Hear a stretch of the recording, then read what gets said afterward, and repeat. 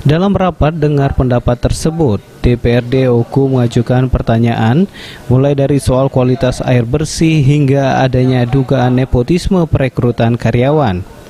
Rapat yang digelar di ruang Komisi 3 DPRD Oku dan dihadiri langsung oleh Direktur Utama PDAM Oku.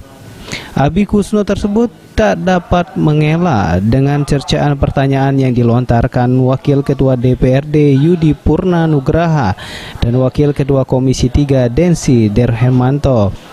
Terkhusus dalam hal perekrutan karyawan, Abi Kusno dengan lugas mengakui tidak ada indikator atau regulasi khusus. Bahkan ia pun sempat mengakui menerima karyawan berdasarkan kerabatan.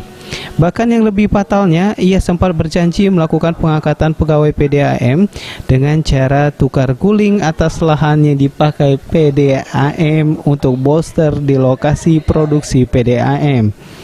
Wakil Ketua Komisi 3 Densi Hermanto menyesalkan PDAM tidak pernah mengumumkan penerimaan karyawan secara terbuka tersebut dan ke depan harus ada pembenahan di tubuh perusahaan milik pemerintah Kabupaten Oku tersebut.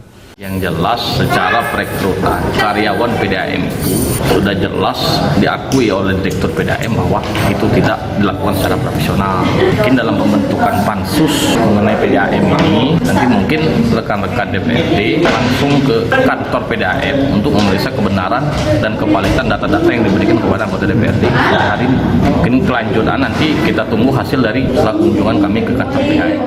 Apa sebenarnya prosedur dalam hal pengangkatan karyawan di PDAM itu, Pak Abi? Ya, sebetulnya PDAM mengangkat pegawai sesuai kebutuhan, apakah itu kontrak atau honor, menurut kami tidak ada perbedaan.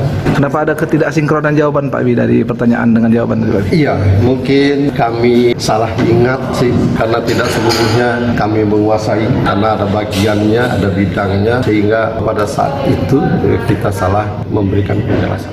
Ari Pranika, PAL TV. Karena terguling